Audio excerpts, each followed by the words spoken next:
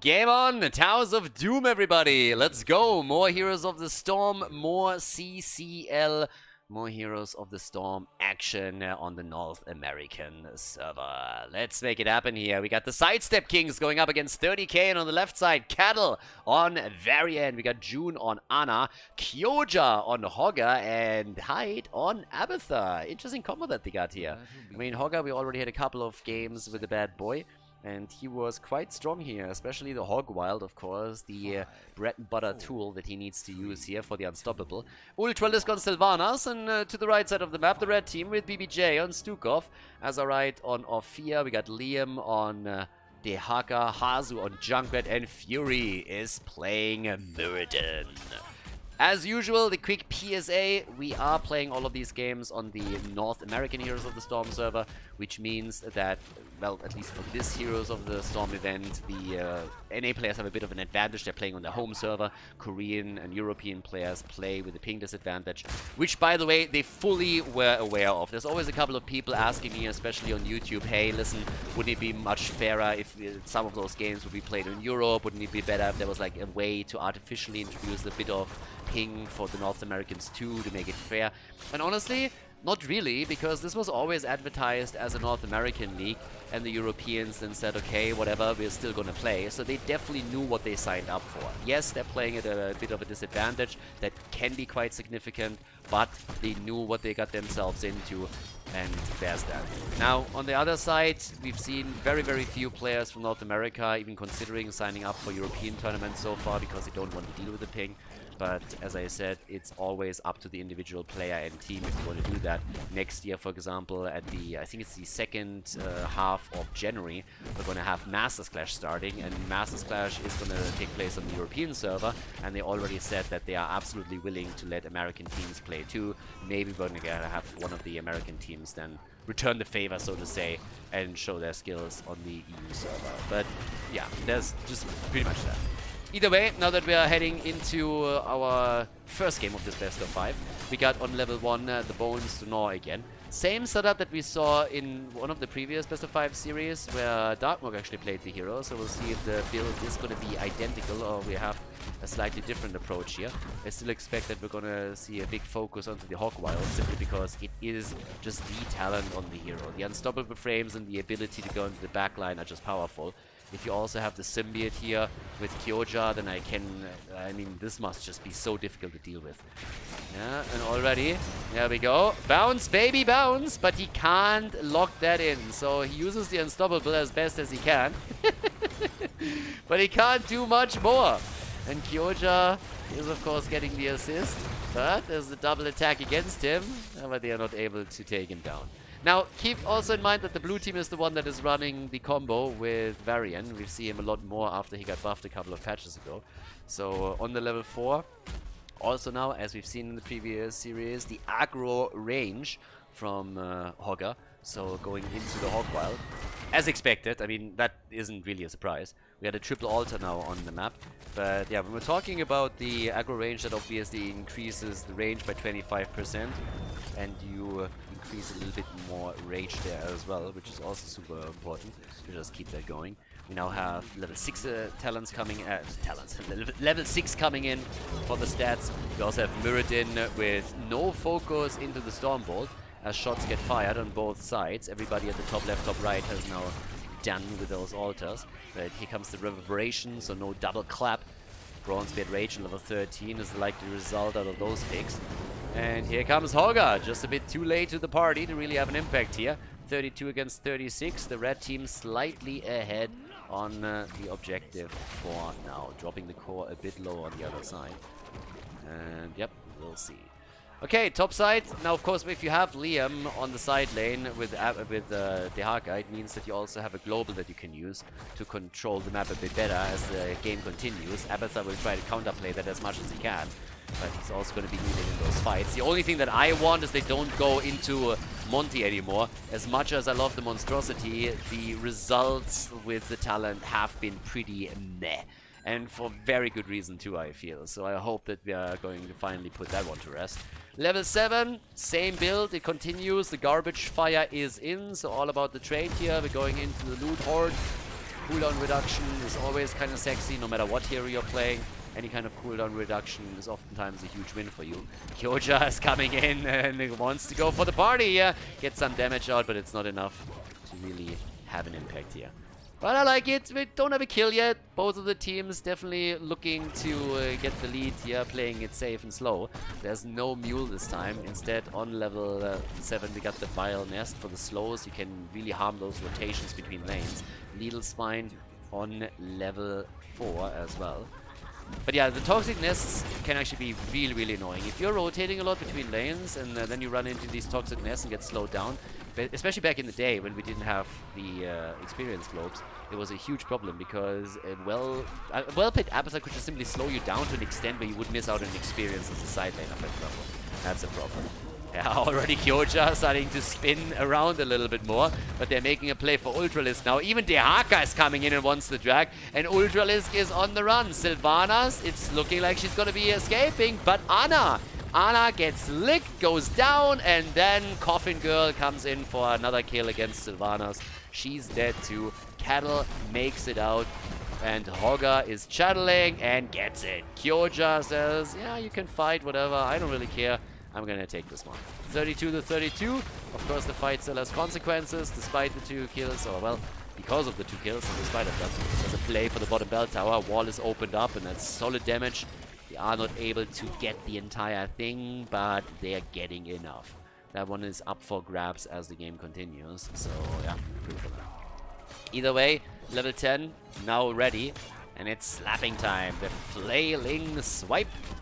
No level 10 yet for the other team. We'll see if there's going to be maybe some difference here. Not so much. And we got the crushing jaws. Okay. And they're trying to go for it right away. At the bottom of the map, but they're hoping to set this up with maybe a Muradin Stormbolt. But they couldn't get Ophia into a position where she could drop the ult. Instead, we now have also, again, the Horlepult right here. And, well, no. I was waiting for that setup, but yeah, you can't really do a lot. Horlepult was used immediately, by the way, but couldn't really do anything there either. Now that level 10 is in, yeah, this is the best example, by the way, for the Vile Nest. Hazu just walking straight into it, super slowed down, takes a decent amount of damage. 13,000 damage, top damage at this point for a Hogger. He's hogging it up, and the Dehaka is still at the top lane, dealing with those camps, trying to set another pumpkin camp en route to take maybe the towers down. Now that Hogger is moving in, maybe gonna try and steal this one away. Yeah, Abathur just doesn't respect 1 versus 1. Not sure what to tell you here. So every single time that we have the symbiote in action, it's gonna be an annoying situation. Problem is, if you go for the Hog Wild here, you're not gonna get anything done. The only thing that you can pretty much do is do some damage to those pumpkins in the first place. But with Harzobs moving in, there was very little that Kyoja could have done to begin with, so eventually we would have lost out on it. Now we have still a fight over the altar at the bottom of the map that gets decided in favor of the blue team, the Sidestep Kings, with another 4 shots fired. So 32 to 28. Yeah, so far so good. Top gets still pressured, so looking for that. And as you can see, it's all about the pumpkins again. I mean, bot lane control is... we always talk about bot lane control. Bot lane control is the name of the game on this map because you have 2 pumpkin camps available, and if a team controls the entire lane, they can easily use those to take a few extra points off the opponent's core. So, yeah, both are just working on their camp diligently whenever it pops up on the map. The boss is still up at the top side since the 5-minute mark, but I don't think we're going to see any moves for that, if at all, until the later stages of the game. Seems to be a pretty even game right now, with 30k still having an advantage.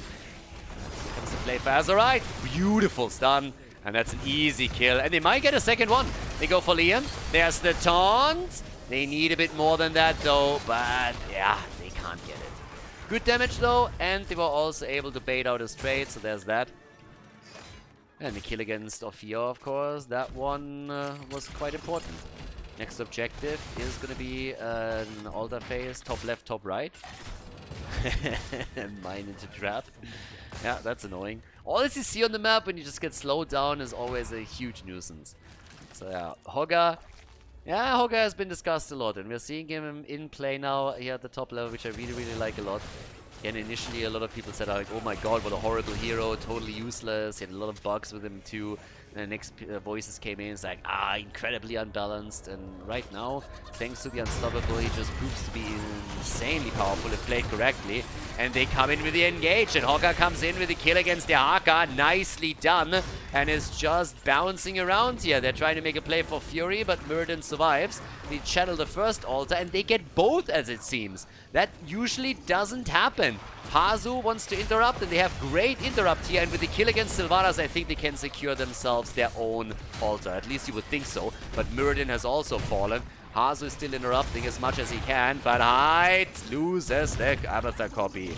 They moved away from the altar, though. They just got to realize that with Hazops on the other side, there's pretty much no chance for them to make a big play here. 3 kills to 3. Very, very even right now. Yeah, me like it. So the shots are fired. Here we go.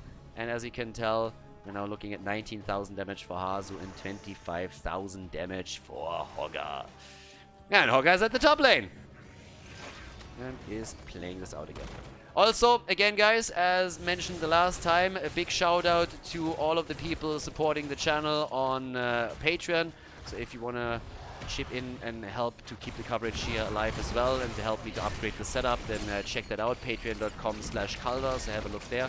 And as I said before, big shout out to everybody that is already supporting the channel. Very much appreciated. All of this wouldn't be possible without you, so thanks a lot. Especially things like spoiler protection on YouTube and also the upgrades with the live replays, with the camera upgrades, and so on and so forth. So yeah, thank you very, very much.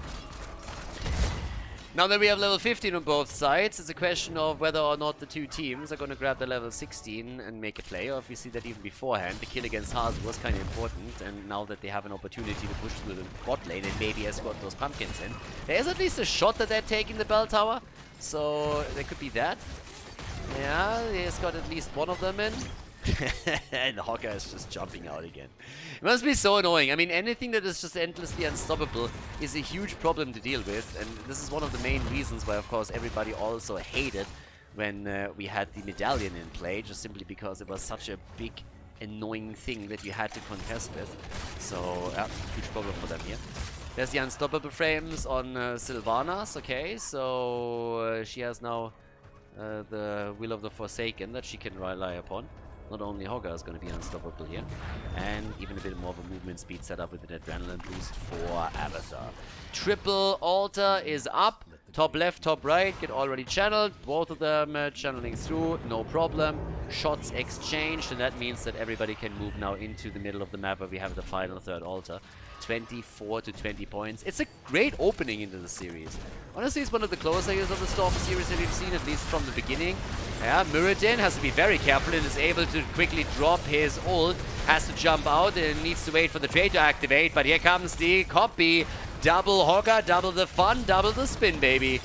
Gets dropped though, and Avatar is immediately back to business with the symbiote as they're trying to go for the dwarf once again. But Furious is keeping himself alive here, jumping in and out the entire time. Nicely done. 4 kills to 3, 16 talents ready for both of them. And the same build again, Headbanger on level 16. So the exact identical build that we've seen previously from Darkmock on the hero. Seems to be, at least for the time being, the established one. We'll see if someone else experiments a little bit further with other setups, but so far that's not the case. And of course there's also a bit of a map question. There's definitely a lot of maps where Hogger can totally excel. I mean, Infernal Shrines, just to name one. But even here, decent damage output, as you can see.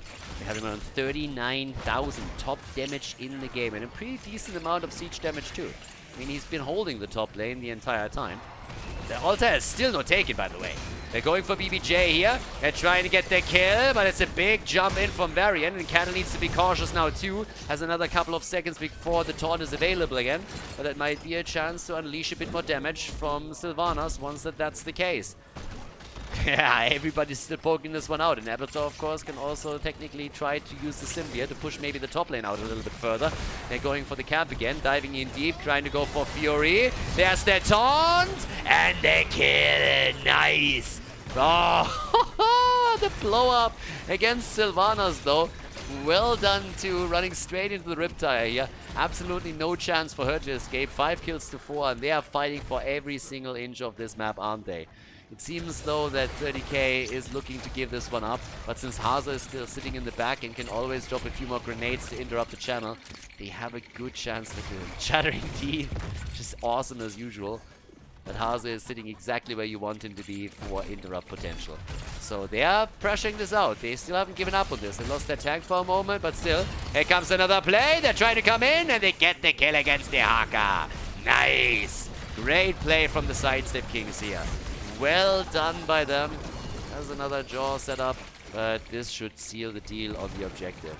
Yeah, and this is how all this started. Let's take a quick look at this. I mean, they engaged heavily against Fury, and they were able to finally get the kill, but then of course the Sylvana's drop as the Riptire connected straight away. Doesn't change the fact that the shots are now being fired. 16 against 24 on the objective for now. On the core. But yeah, it's a good one. Back and forth the entire time. With camps taken, the blue team edging out a bit of an advantage. It's a huge comeback map, so it's not a thing really where you're like, well, right, they're gonna take it now. But they are definitely working hard to get those small advantages here and translate them into a bit of a bigger lead. So they're doing whatever they can. But yep, now we also have at the same time the tunnels opening up. Only 2 stacks are missing for Muradin before he can get his access to his baseline. And they're pushing the mid lane, and that's actually a really cool rotation. That's something that 30k wasn't really ready for. Sylvanas in the push allow them to do some serious damage. Fury could hop over the debris, which was super important here, or that Belter would have fallen. As is, it's already low, and they're rotating back down to the bottom of the map to escort the pumpkins in. I like it. They make them chase them. They make them chase the rotation, and there was some nice damage without having to risk too much over here. But the red team wants to go for the fight. They want to force it here. They're trying to. And Muradin is still not locked in those storm bolts, no? So that's a bit of a problem. Okay. And let's see. Double altar! I mean, technically, they could drop them down into the single digits now. If the Sidestep Kings do well here, they have that opportunity. There's also only half a level missing for the blue team to get their 20. So a bit of body soaking from Aretha at the top, or even just symbiote soaking, would allow them to do that. So, yep. There comes our play. In the middle. Bottom of the map. Nobody has rotated down there yet, but Sylvanas is already underway, positioning herself on the wave to take that down. And they will just try to interrupt. Why wouldn't they? They are just going to try and interrupt until 20. That's all they got to do. Interrupt as much as you can. But Hazu is getting the bot lane. That would be the only thing. Oh, that's fantastic for them, actually. That's really, really good.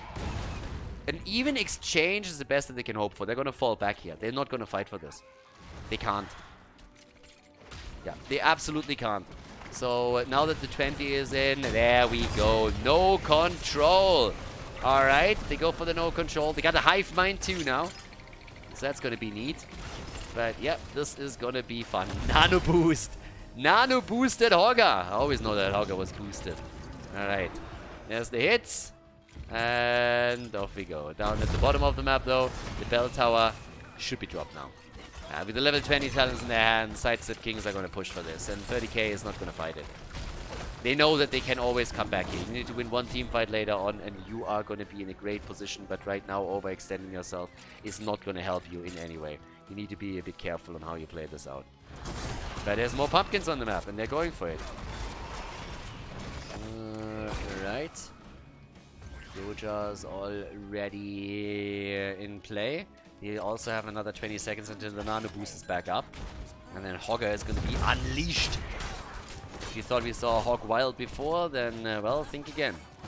Nano boosted, Hog Wild, no control. I mean, drop Hogger. Hogger turns into Pogger once that he gets boosted here, and well, that's gonna happen soon enough. But they are also still contesting with the Haka the top side and trying to get the global in, so that's one of the few tools that 30k has to maybe bring this back. But 5 against 3 bell towers, 12 points left against 20. So, well, let's see. They don't get anything in. It was a decent defense here in the middle. Abatha being a pest as usual. The worm! With a symbiote push the entire time. This should be an even exchange up at the top, I suppose, which would still drop the Sidestep Kings, the 30k setup down to a single digit. And since we have a 5 versus, oh my god, if they can they take that one too? Huh, that would be interesting. but Muradin is riding on his majestic golden cock into battle to prevent that from happening. So they are attempting to hold on to that bell tower as long as they can. And also I love that they set up the Haka at the bottom of the map, so they can start to push this out and reclaim it, and he can always join the fight if need be. Quest is completed. Muradin, no! It comes at a way too high price. He goes down, but another kill against Anna. It's a 4 versus 4. Hogga is hogging it up here. Oh my god. The Hogwild, baby. Damn, son. 1 down, 2 down, 3 down. They still have only 2 heroes here. Abathur can help out, but they haven't taken it yet. 7 points on the core against 20. Look how low everybody is, though. Everybody's super low over here. Yeah, but Kyoja is now coming in. And there's the channel. 5 shots fired.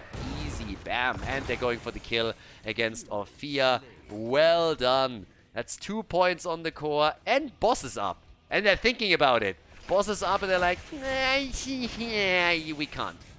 So they're actually not going for the boss. Instead, they're going for bell tower control here. I expected them to try and make a boss play, but they go for the bell tower first. And where are they headed next? Yeah, they take it after all.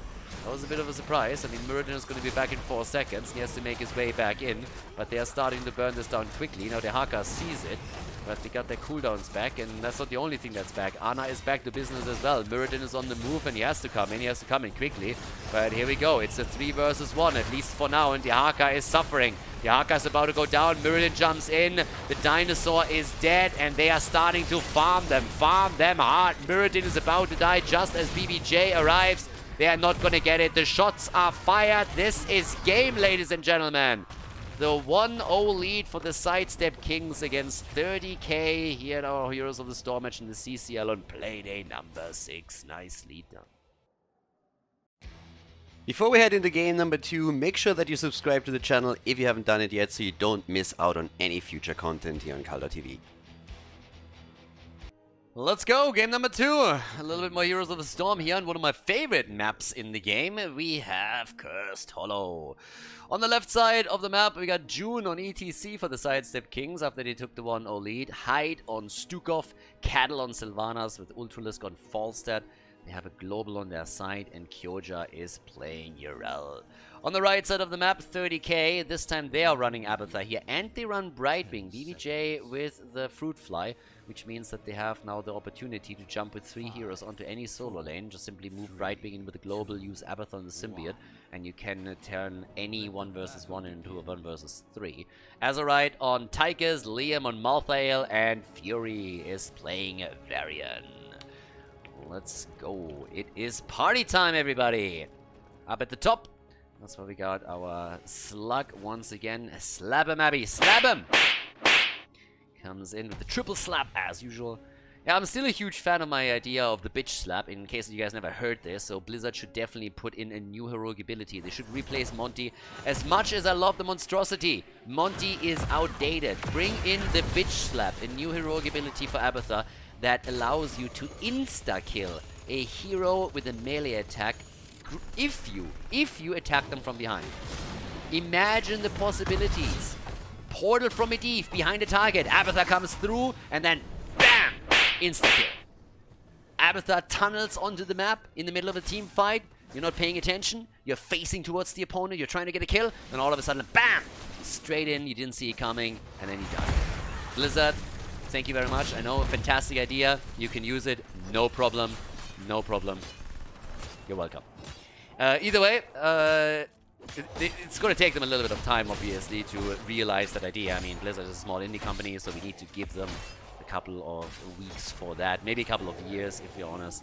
But obviously, that idea is a winner.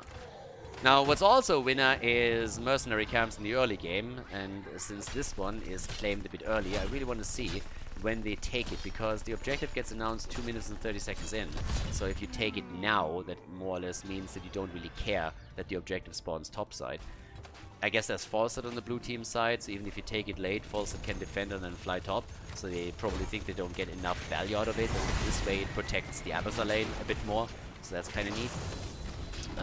But yeah, the bigger they are is in. You obviously, I mean, this is more or less a setup where you again go for the variant taunt. The bigger they are, and then last rites from Malthael is coming through on 10 to try and take the target down. So that's going to be huge. If played correctly, you can really get some serious stacks together for Malthael's 10 and get that cooldown reduction. False stat by now with a standard setup with the wingman into hammer gains, into boomerang afterwards.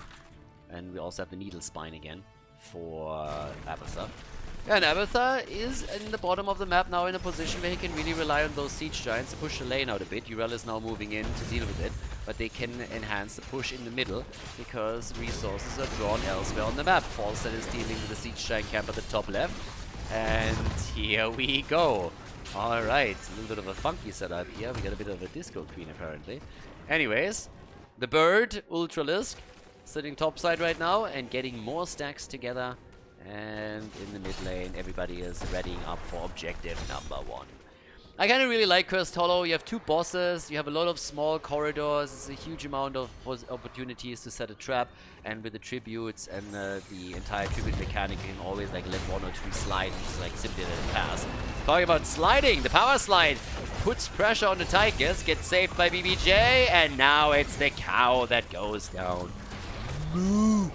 ETC is dead. There's beef for dinner. It's burger time, baby. Fire up the barbecue. We got some meat. With or without Butcher, doesn't really matter. But now with the 1 kill against 0, they should be able to get the first tribute.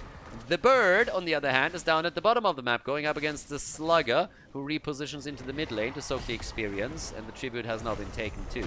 The early level 7 Talon drops the boomerang into the hands of the Sidestep Kings Falstad. We got Brightwing getting attacked by the goat. Goat meets Fruit Fly. Yeah, guess who wins? But the team fight is going on since there's the push into the wall, the mace to the face, bam, the silence, good lurking arm from Stukov, and that's a kill against Tychus. And it seems like we're gonna have a body block too, but Fury, look at them, he doesn't care, he weasels his way back behind the gate, gets a quick B-step drop there too, nicely done. Yeah, good job for him. I like it. Level 7 talents are by now ready. And, whoa, network carapace. Look at that. Trying to get some more pushing going on those side lanes. Trying to control the late game with a bit more macro. Not dropping a mule here. Fair enough. Grenade setup continues, as you would expect. That's not really a shocker. That's pretty much a setup that we've seen in more or less every game thus far. So, yep, there's that. But on the other hand, now that the next objective is popping up, there's of course the question of whether or not you're gonna keep this one up. You're still playing Abathar composition. You can let it slide since you won the first one already, so that's kind of neat. They're starting to make the play down here for Cattle, and they might just get the kill. Yes, easy one. Hide, careful. Ultralisk, the double kill. Damn, grenades, baby. Oh yeah. They get the grenade. Just look at this. The first one, Sylvanas went down, and then the grenade takes the second one apart. Well done here. Blow up. The Abathar composition just won 2 tributes. First 2 tributes already taken. Yeah, nicely done. So, yeah, closing in on level 10. It's actually kind of incredible if you think about it. Right now, 30k is doing exceptionally well. And they're doing so well, it's a little bit scary. They have their early level 10 that should give us the last rights. Then we're gonna see this combo getting even more dangerous. There's Odin, first of all. Yep, last rights is ready. And they are now invading with heroic abilities the opponent's camp. I mean, because they know they can. Why wouldn't they? Of course they're gonna go for this. So they have more camp control. They're trying to paint the map red. And yeah, now we have level 10 versus level 10, but at least up to now, things are going really well for 30k. They have 3 kills to 1. They already did a lot of work, and that's all with an Abathar composition in the early game. They have the camp set up on lane and are forcing a reaction out of this, and could now threaten to also drop a curse onto the opponent. So Mosh Pit is ready. They let this one go. Not a good position for them, but they have all the time in the world, and that's of course a problem. They got all the time, can do whatever they want here. Now we got also at the top still Abathar has a little bit of wiggle room. Hazo's playing it safe behind the fort, not really going too far out. We haven't really seen him in any dangerous positions yet. There was no need for it. He was soaking with the symbiote mostly. You can see the experience gains over here too. So Abathar taking over now. Malthael has already gotten a huge chunk too. Now Ultralisk on his global, of course, far ahead. But yeah, it's a good start. Seems like we're going to see plays for boss on both sides now. Not really too uncharacteristic there either. Bot lane, they get this a little bit faster. I don't think they can rotate towards the top in time.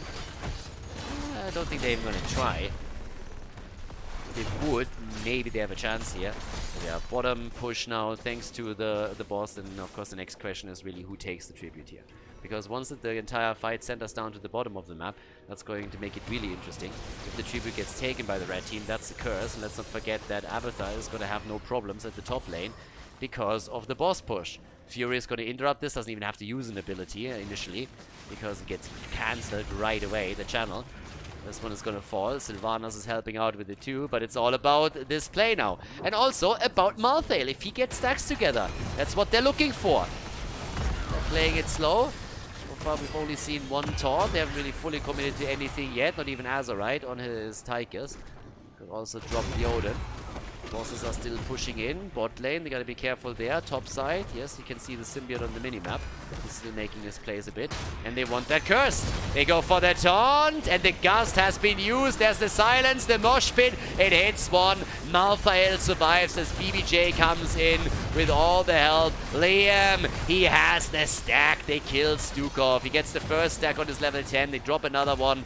ETC goes down too. They try to chase Sylvanas, but she's able to escape. The tribute will be taken though. Top fort is about to go down at the bottom of the map. The entire wall has been opened up. Malthael is now moving in to ensure that they're not losing more here. But that's a huge chunk of experience in their hands. Kyoja is trying to outplay them. There's no way he's going to fall. That's the space go down. Staggered death, and they are pushing every single lane at this point. The top lane has to be defended against the boss that is now moving in. In the middle, they're about to take a fort, and that is just a fantastic opening with the first objective. First curse for 30k. Malthael is at the bottom of the map. They're pushing through the middle. They are destroying every single fort with just the first objective, and it is a solid start for 30k into game number 2. They have to close the gap. They don't want to fall behind with an 0-2. You don't want to have to win 3 games in a row in order to decide to get the entire series in your favor. So important step into the right direction for them. And especially with that killer combo, we could see Malthael end up with a fantastic cooldown reduction on his heroic ability. Now bot lane is going to fall. Not a lot of experience to be had here. Azerite stays a little bit longer, just enough for another grenade. They know that there's nothing on the other side that can be done about it. And here comes the jump straight onto the objectives again. And in this case, with objectives, I mean the mercenaries, trying to set them up. So, well, there we go. Top side, Falstead, he's of course going to do his best to now counteract any kind of catapult pressure and also mercenary pressure that could possibly be there. Yeah, Ultralisk moves out, doesn't even take that lane anymore. Same time now, this one gets claimed. The problem is the 16 talent for 30k that we're going to see soon. And timers on, that's another 2 minutes. The 16, honestly, I don't really think it's going to do too much. It's still also a situation where the Sidestep Kings can let the next tribute go. So the 16 advantage is going to be nice for 30k. They're going to take an advantage on the map and control of it. But I don't think they will be able to steal too much away. The blue team will very, very likely just simply let the next tribute go. Not fight into it, and they can. And soak experience instead of battling this out. There's nothing else. There's no bosses on the map. There's no threat on the curse. So it is highly unlikely that the Sidestep Kings are giving them an opportunity to fight here. I mean, even here, you can see how they're already trying to move away. A little bit of damage done here with the last shot, but that's about it. Of course, trying to soak this as quickly as they can. And as it turns out, I actually miscalculated the timing a little bit. Thanks to Forster and Urel pushing the auxiliary lanes, they were able to soak enough experience to get their level 16 for the next fight. Good on them. Yeah, I thought it would be called a little bit sooner, and that's not the case. And thanks to Falstad rocking the global, they were able to soak the bot lane at the same time without risking anything. So it's a 16 versus 16 setup. Alright, we're gonna see a more aggressive game than I expected. That's always a nice one. Right now, we got 26,000 damage for Tychus, 21,000 for Sylvanas. Falstad, not really a whole lot of hero damage, but again, that's not really why he was drafted here anyways. You can see that he's the one with 100,000 siege damage. He's controlling those side lanes and really adding to the pressure with the level 1 and bribery. Oh, the mosh! No! June! Oh, that was unfortunate. Yeah, he was hoping for them to move in there, but yep, that didn't work. So Mosh Pit cooldown gets burned. No value at all. And that is an important one that misses in this particular fight that could come up now. Yeah, talking about fight that could come up, they're jumping in for a taunt. Thankfully for them, Variant didn't connect it. If Variant gets taunt there, that's probably a kill. That's probably a kill. And he's still looking for one. Oh my god, there it is. There it is. There's the ult. Goodbye. That's the second stack for Malthael. I told you earlier, he is going to stack 6 days to Sunday. Every single big team fight, you should be able to get the kill in. They have an insta blow up against Sylvanas, and now the blue team is on the run. They're chasing, and they... Oh, Kyoja. Yeah, wow. Alright, Kyoja had the cooldown, and he survives. But now they're going for the boss. And they can very likely make a double boss play. It seems like the blue team is trying to go towards the top to take the top side boss. I honestly don't think they can. Does Abathur have mines up there? No, he doesn't have a toxic nest. Bottom boss is taken. Uh-oh, that could be nasty now. Are they rotating top right away? Or do they let that go? Nah, they have enough push power. Alright, alright, alright. Yeah, that could have been a bit dirty. But it's not going to be the case. So they are able to take it. Kudos to Sidestep Kings. That could have backfired. I think if they rotate directly, that could have backfired for sure, but it didn't. Now they have, of course, the attempt to go straight in with another taunt, maybe, for one more kill. Malthael has his ult back. Malthael has his ult, and, well, they try to go for Urel, and there it is. Oh, he can't get the stack. They're gonna get the kill, but they can't get the stack. Mistimed just a little bit. Still, kill is a kill. 2 levels ahead, 8 kills to 1. Bot lane Falstad is dealing with a push. And now that we have another tribute up, the Slugger himself is taking it. And at the top, of course, they are pushing now that Urel is down. They have the chance to break through the wall here. Top 4 has fallen to the boss, trying to defend that. Wouldn't really have done anything for you anyways, so now opening the wall up allows you to push into the keep whenever you want to, in case that you win another fight, especially since they are so far ahead that they will grab the early level 20, so that's good for them. Malthael on 23,000 damage. Only one that has died so far is Azerite. He's the only one that was dropped once. Abathur still helping out, and they get the 20 so quickly. And they're already trying to go for the camp because they have that Storm talent. And Sidestep Kings, are they willing to fight? Yeah, not really. Nope. Here we go. Ultralisk. He could gust, but I'm not so sure. You can already see that Liam moved down and just said, hey, if you want to stay there, be my guest, but we're going to get another kill and I'm going to get another stack. So you do whatever you want, birdie. Back into the KFC basket. Okay, now that we got the Hive Mind also in, we still haven't really seen Malthael commit to anything, but I would say no one can stop death is likely. Would be shocking to me if he doesn't go for that. And off we go. 8 against 1. Our setup for now. And yep. Time to party hard. There it is. No one can stop death. So they're gonna curse them again. It's a freebie. It's a freebie curse right here. And what can they do with it? Bot lane. That's where they seem to be trying to pressure. Oh, careful. No! Hide! The ult, the kill, the 3rd stack. Liam on 3 stacks on the level 10, 15 minutes in. They haven't even taken the tribute yet. So they're pushing through the bot lane now. They can already do some damage on the keep, but they haven't taken the tribute yet. Top side is getting pressure by Falstad. He's doing what he can. Ultralisk is making the right plays here. He needs to be on that side lane, getting experience for the team, trying to bring them to 20. But of course, down here, it's going to be a keep that gets dropped. He's keeping the gust. He's waiting it out. He wants to save the core, wants to make sure that they can't end here. But there's the big red button. The ult on Malthael is going to be back in another 16 seconds. They're already trying for the play. Level 21 against 19, and they are starting to go for even more action. The gust is through. Kyoja, careful. And June, they're buying time for Stukov to come back. But the shield is falling, and it's starting to fall quickly. They're going to take damage here. Siege Giants are already on it. 80%. They're in trouble, and they know it as well. Another big hit is coming. ETC, he has the mosh pit. He could buy some time, but the bird is down. ETC completes the quest. Well, time to feed, I guess. and he's getting dropped immediately. 11 kills to 130k with dominance performance right here. 60% on the core. The second keep is down. Catapults through the middle are now starting to take it down too. It's at 30%. The catapults with one hit after another. There is no way to save this any longer. This is going to be the tie in the best of 5 series. They're coming in, and that is game as 30k takes Cursed Hollow. Nicely done. Well played.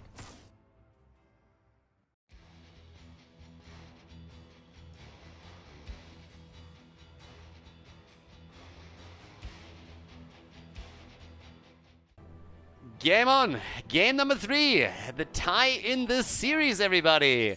Yeah, party time. We are on Tomb of the Spider Queen now, and on the left side of the map we got June on Diva, Kyoja on Tychus, Hyde on Anduin, Ultralisk on Greymane, and Cattle on Varian.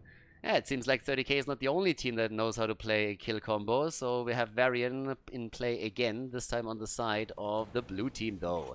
And on the right side of the map in red, BBJ on Stukov, Liam on Leo, we got Fury on May. Look at that, frosty today. Hazorbs is playing Deathwing, and Azurite is on Sylvanas. Okay, let's get ready. I'm kind of excited for this one. I really like Tomb of the Spider Queen, generally speaking, as a map. It's also a map that can go quite long. So we'll see if this is going to be another one of these 30-minute games. I honestly feel that in general, Heroes of the Storm games could... I mean, a length increase would be kind of nice. And just to make this perfectly clear, when I talk about like an average length increase, I'm talking about increasing the average length of games by like another minute or maybe 2 at the most. So something like this. I mean, there's multiple ways how you can go about that. Experience increase, death timers reduction, whatever. There's so many things that wouldn't necessarily impact balance too hard. But I think it would really be nice for the game and also for the spectators. And there's obviously always outliers, but we're talking about averages here. Either way, it's kind of fine as is, but if there was anything about game length, then that would be probably something to look for a little bit. There's a couple of maps where you normally have longer games, and I think those are a bit more enjoyable because the late game pressure is oftentimes quite crazy and really enjoyable to watch. But now we got the Heat Transfer at level 1, we're obviously brand new in this one, we got Awesome's Renewal as a level 1 talent, and the Overwhelming Affliction. Sylvanas is here, Cattle is already a little bit low. Anduin and Varian are on the same team, by the way. So it's apparently bring your daughter to work day. And Varian immediately came in and says like, Anduina, let's go.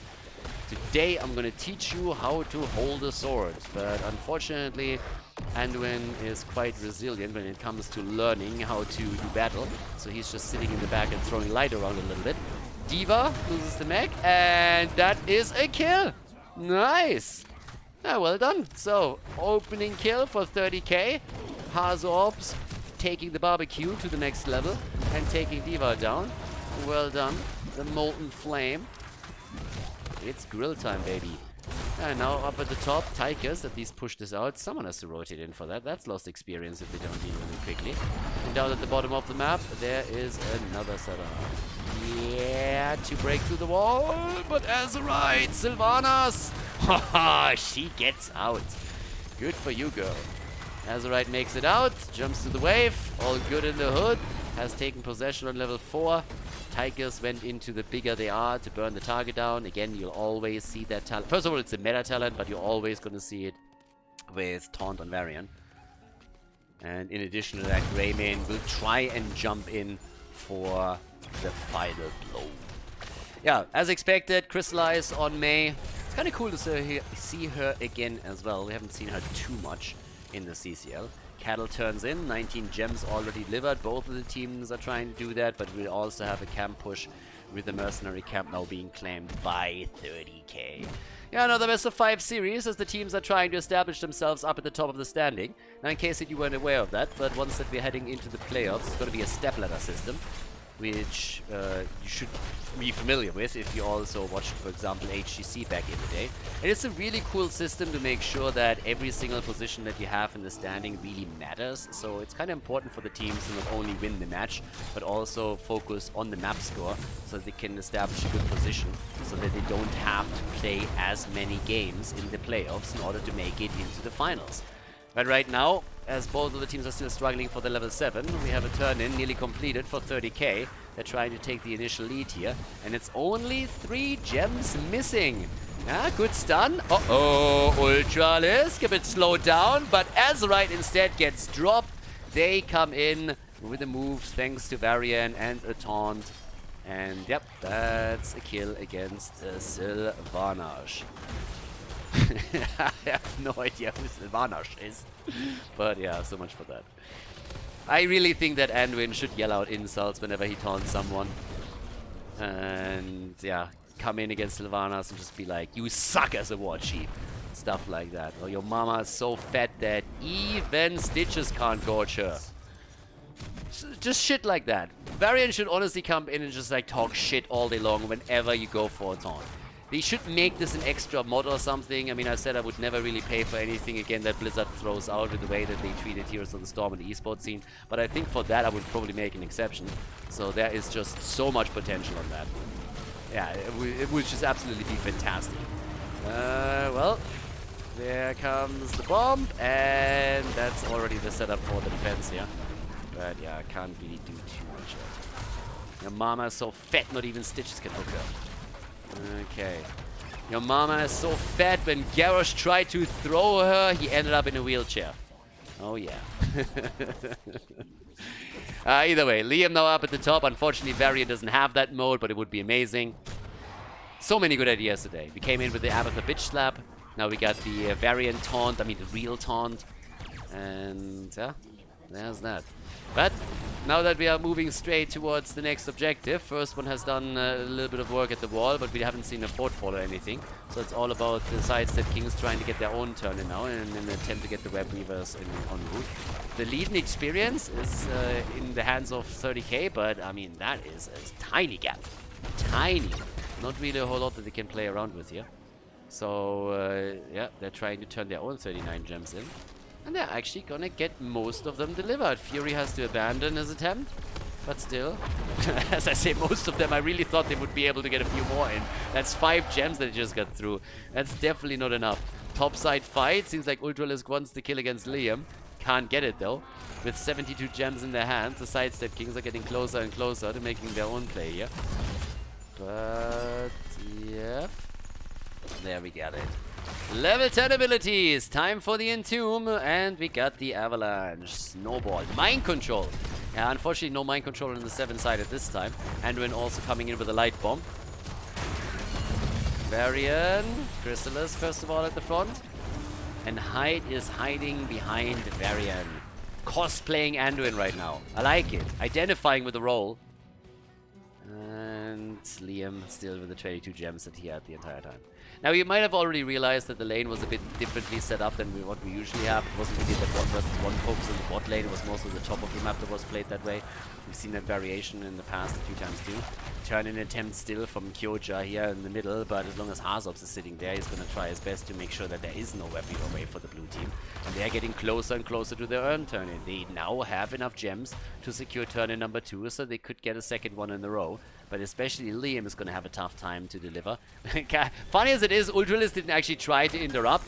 Oh, that didn't really do a whole lot. Trying to drop them here. Nope. That Entomb blocked the path, but it didn't really lock anybody in. They go for Liam, and he gets out. Did he just skate out of this? Like, what was that? So he just skated out there, and, well, can they get a kill? No, nice one. Yeah, that pilot is down. Good luck, June. No way. No way. Never ever. Mace to the face. They're baiting it out. And there we go. They're waiting as long as they can, because now that they already turned in, the blue Web Weavers are going to be, I don't want to say useless, but it's not going to be as impactful if D.Va isn't there to push together with them. So that's a problem. Okay. Yeah, that might actually be really nasty because 30k is now pushing, doing some damage to the top lane. They should have an easier time defending against the wave. Now D.Va is back, but that's still a bit of a time frame that you have where you can already take position and do damage to the web weavers. I guess D.Va will still have a bit of an impact here. The question is always how much when you're in a spot like this. But as it happens, 30k didn't really stand as aggressive as I thought they would. Instead, they might now lose Mate. Fury hits his trade and makes it out. But yeah, D.Va is just back in time. The topside push that we saw from 30k was the only thing that they could do as D.Va was down still. But now it's time for the blue team to really return the favor from the earlier stages of the game. Leo has already dealt with the bot lane web weaver though, and at the top they're now taking this one down as well. So 30k with a solid defense here. They also lost only a few structures at the front. No fort has been destroyed yet. Fountain in the mid lane has been lost. Now there's that, and they want to go for the kill now. Yeah, there's the beautiful lockdown. That's a kill. Can they hold the gems? That's the question. The Avalanche doesn't need anything. No snowball value here. Instead, they're trying for a second kill. Cattle is looking, can't find anything. Push against the bomb, against the mech, but not too much. 3 kills to 1, early level 13. But again, there's nothing really happening in the game that really pressures anything yet. There's enough gems around for 2 turn-ins, one on the blue team side, one on the red teams. But teams haven't really taken a mad advantage yet. Now, this is something that Ultralisk is trying to change at the bottom of the map as he's taking the Siege Giants, so that he can pressure this particular fort a bit more. And D.Va pushed this out at least a little bit already. In terms of talents, what we now see is also for Anduin again, the Enchant Boots line speed. Doesn't surprise me at all that Anduin wants a new pair of boots. Not in the slightest. Neo still coding, so actually no overkill talents here for... well, he's probably going to lock in the 16, but not on the 13. So with all of those entombs around that we've seen from Liam so far, it seems like Tychus is just saying, guys, I have to play this a little bit more careful. I can't go greedy, or I'm going to be in trouble. So let's just play this safe for now. But either way, turn-in attempt by Cattle again, and he's holding 45 gems. I mean, he's pretty much... he's closing into an amount of gems where he can get a turn-in all by his own. The taunt! Oh, beautiful! The trade! Can they get the kill? And the answer is no. It got close, but it just wasn't enough. Ultralisk now delivering the 20 gems, or at least trying to. Hazu! He gets the interrupt against Cattle, and the red team turns in at the bottom of the map with Liam delivering the final gems. Nice! It was a clutch play between the two, but it turns out that 30k was just a bit faster. Team, no, Stukov! They don't want to lose it now. Well, Fury with the plays, and they're making it out, but here comes Deathwing. That turned quickly. Okay, they're still alive, they're still playing it out. Hyde is a bit low, but they're all making it out with the exception of Greymane, who dodged to the right side and got punished for it. Once again, a good situation for 30k. They get the web weavers and they have a kill against Greymane, so now they have so much pressure potential, and they're using it in the mid lane to take down the fort. If they kill Cattle here, that would be a disaster for the Sidestep Kings. But SSK is managing to save their tank. They're not managing to save any of the forts. All 3 of them are going to fall. The one in the middle is already down. The one at the top has fallen. At the bottom of the map is seeing the same thing despite the attempts of D.Va to save the lane. 16 talents are now ready, and they are just murdering. Sidestep Kings, they won game number 1. Then on Cursed Hollow, they lost the advantage, and at this point it seems like 30k might just have what it takes to lock in a second victory in this series. Level 16 talents already, and that would allow them, I mean, now that I look at it, they have actually enough gems to turn in again. Yeah, they turn in again. We can see a second turn-in for them. And on top of that, they also have, of course, a boss that theoretically they could try and take. 54 turned in. Azerite is going to seal it. Up at the top, no problem. And that's another web weaver wave. Pressure is real right now. The pressure is absolutely real. Now, the Sidestep Kings, they will have this level 16 talent. That's going to be important. But... yeah. Liam with the unfortunate miss over there. Yeah, he can't even use ping as an excuse. Feels bad, man. So, instead, they are now going through the top. Now, granted, the cooldown is low. So he doesn't hit it. It's one of those high-risk, low-reward plays, but as the cooldown is still fairly low, he is likely going to have it as that fight or that play still pans out. So there's that. Now, top side with Sylvanas, every single push that you have with Web Weavers and even without is of course going to be so much stronger simply because she can just disable all of the structures here, and that's what Azurai does immediately. So easy for them. By the way, Leo is now in 10 seconds, less than 10 seconds on the cooldown, so as I said, he can use it again easily over here. And they're already trying to set him up for it. Liam is sitting tight, waits for an opportunity. Nobody there for the follow-up just yet. They're still poking. Bot lane is also suffering damage. They defended in the mid lane, but at the bottom of the map, the Web Weaver is still there. And D.Va is now coming down to try and deal with that. But it's already starting to take some damage. They could turn it here, though. And yeah, they're going to get the kill. No, Anduin! Ah, nice. Anduin, of course. Anduin comes in with the trade, and he's the one to save Tychus. Yeah, that could have been bad. Bot lane is open, though. So is the middle of the map. Keep in mind that this play started with all of the forts still around. So, yeah, all of that was destroyed. They're still going for Anduin again. And they're trying to go for Tychus. So both of them are being attacked here. Hide. Big push. Nice. That explosion doesn't do jack shit. Ah, but here comes the big play from Mei. They're locking them into the corner. But can they get a kill? And the answer is no. They tried. They tried to isolate them a little bit, but they just couldn't get it done. There's 105 gems in the hands of the Sidestep Kings. They're looking at triple digits here. That's a double turn-in. If they can make it happen. And Anduin is doing exactly that. Finally, seems like Khaldor is able to deliver. He had 50 gems on his own. So that's the ticket back into the game. If you now can get some value and take some structures down, then you're Gucci. This camp, though, could be their downfall. Could be a big win for them, could be their downfall. First of all, the mind control misses. So that doesn't do anything. But the camp is still claimed. Here comes the taunt. They're trying to make the play for Kyoja. Kyoja in trouble. And the Web Weavers are down. Web Weavers are here. Mid lane is not going to do a whole lot. That Web Weaver is very... It's unlikely that the Web Weaver is going to see a lot of value. Not with the camp and everything around.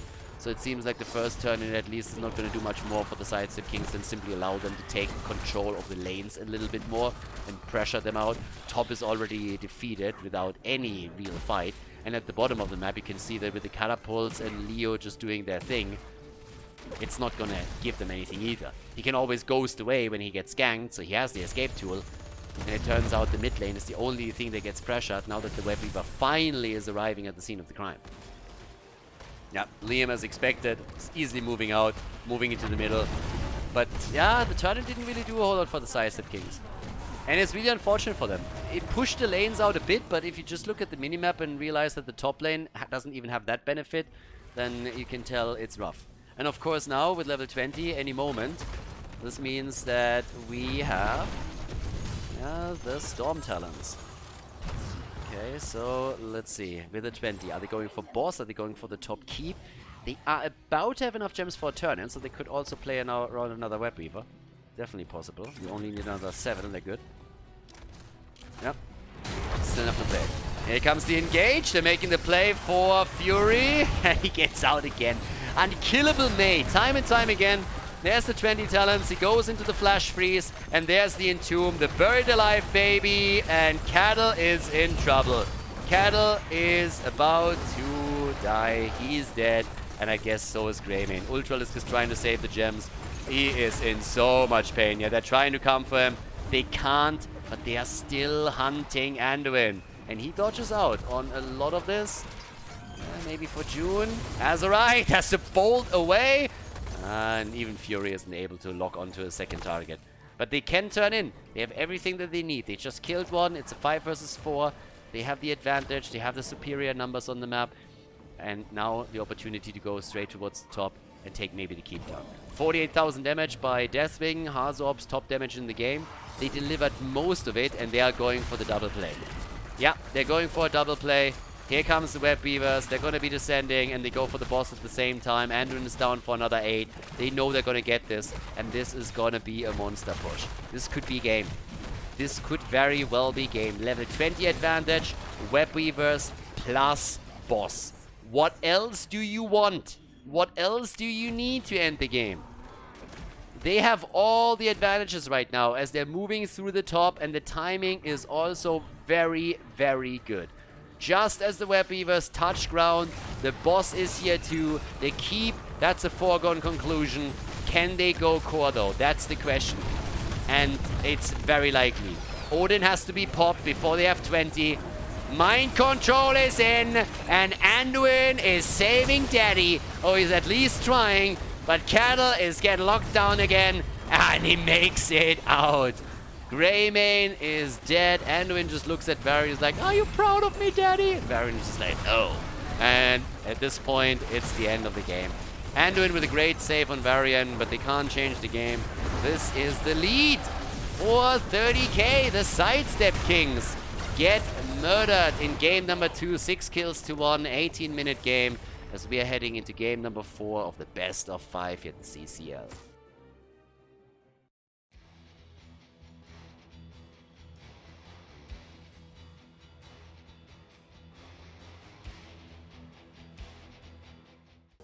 Game number 4, Sky Temple, and it is Viking time. They are lost once again. Ultralisk is also playing his Maiev.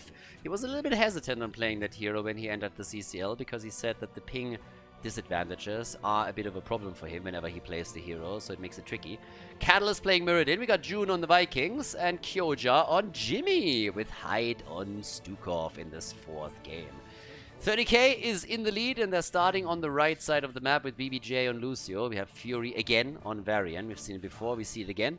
Azorite on Sylvanas, Liam on Dehaka, and Hazops on Rexa as Olaf the Stout is coming in. So, yeah, Viking time on Sky Temple. That's going to be cool. We saw already some plays with the Vikings from June, so I kind of like that we have that. Down to the bottom of the map, already the push. This is of course one of the things where you try to exploit that your opponent doesn't have heroes defending the lane when they are playing the Vikings. And Ultralisk is also playing aggressive around this. His Maiev is obviously incredibly strong, but the question is how much of a problem is the ping going to be? This is one of those heroes that initially at least he didn't really want to play too much on the North American server, since we're playing on NA Central here. Time will tell what they can push off with this.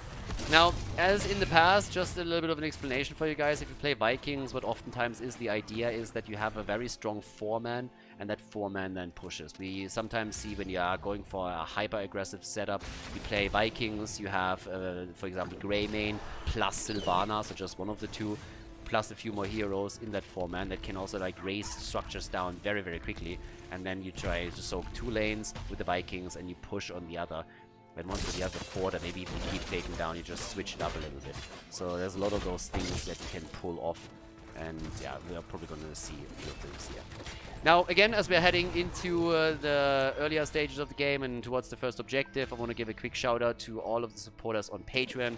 Thanks, guys. You help keeping the channel on Twitch and also the YouTube channel alive here after Blizzard dropped HCC.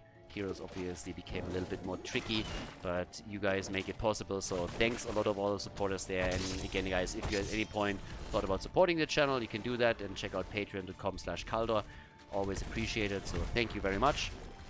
And with that, we're back to business here. Our level 4 talents are nearly ready. And for the Vikings, it means we get Eric the Swift. Gone are the days where you actually get ammunition on the towers that you can drain with the Vikings, so that is not happening anymore. Oh, there's a kill.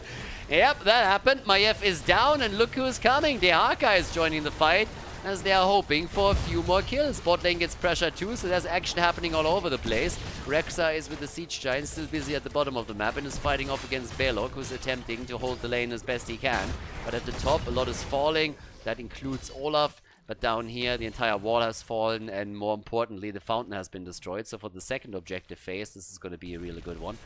And nicely done. But that is a bit of a rough one. Mirrodin, I just want to highlight that quickly, has actually gone into Thunderburn, which means that now we have a very good chance that eventually it's going to be the healing static on level 13. That's normally what you're trying to do when you're going into the double clap. You're getting value out of the healing static pick on level 13 because you're going to get double clap, therefore double heal. Bottom of the map, Ultralisk is still trying to set something up for them. But now the objective has also been taken. And, well, it's time to go. They're starting to make the play over here as they're coming straight towards the top for the next temple. And that is, of course, enhanced by the push through the lane itself. But we have now also the spell aura for them. And they're going for the kill. They want Cattle. And they are... Oh, they are not getting him. They don't get Cattle. Instead, it's the death of Sylvanas. Oh, boy, that hurts. Oh, you make a big play here, you're trying to set something up, and then that is the outcome. Now you're not only losing Sylvanas, but it's also Varian that drops, so that's 2 down. And you're giving up position completely on the temple too, because the Vikings can easily soak both of them, as the 4-man is still pushing. And not only that, we have June also soaking experience at the bot lane and holding the keep in, also the fort in play. So there's of course an attempt by 30k to fight back and reclaim at least some of the position here, but it's a spicy game. And whenever you have the Vikings and the Viking team doesn't do badly, there's a lot of action on the map and there's just so many hotspots, and that's what we're seeing from June here too. Just look at the amount of stacks, for example, that Muradin alone already has. He's sitting at 15 stacks at this point. They had a lot of brawls going on in this game. Now the top fort is already down, and that gives an advantage over to the Sidestep Kings. The more structures you can eliminate, the better, and they have taken a significant lead here. Then again, 30k has a lead over the bot lane because they were able to destroy not only the wall but the fountain. So once the objective spawns at the bottom of the map, there's always the problem that they will face, that they can't just like tap at the fountain again. So it's gonna be interesting to see how the Sidestep Kings deal with that. Because for them, a long fight over the bottom temple would be kind of nice, since we can still expect the Vikings to soak the lanes. Level 10 is also going to be a factor here. The Haka most likely is going to stick at the top lane for as long as possible, just to get the global value for them, as everybody is prepping for the bottom of the map. But with the Siege Giants taken over here, there's a chance that the Sidestep Kings themselves can maybe take the wall down and maybe do a little bit more. Ultralisk is also doing some serious damage and is trying to set the team up. They're going for Cattle again. Vikings at the top, Vikings in the middle. Olaf is down at the bottom of the map doing his thing and supporting the team. And they're starting to break through that wall again. Wall is about to go down, but so is Jimmy. Jimmy is dead, and they go for the next kill, but it's Sylvanas that falls this time. Sylvanas is down, and the attack just continues. The play for Liam as they're trying to get the kill here. Whoa, the Haka! It's close! They want him, and they're gonna get him. Yeah, Liam has no chance anymore. He's down, the Haka dead, and that's 4 kills against 2. Both teams now on level 10. That gives us, first of all, the Banshee. So we got Raiders in, and Jimmy is now moving up towards the top. We have the Dwarf also with the Avatar. Plus, in addition to all of this, seeing again the cage. Trying to set up the Warden cage here. Temple is activating soon. June is still doing his best to keep all of the lanes pressured out, and the Haka, as expected, has to react at the top lane, as he's now trying to hold not only the lane but also get them back in experience, and then later on moves down to the bottom. Only question is, do the Sidestep Kings commit here? Do they make a play? Or do they set up for something else? There's the taunt, Cattle, yeah, he's having none of this. The problem with you have a combo like this, but like what's missing? If you look at the composition, what's missing?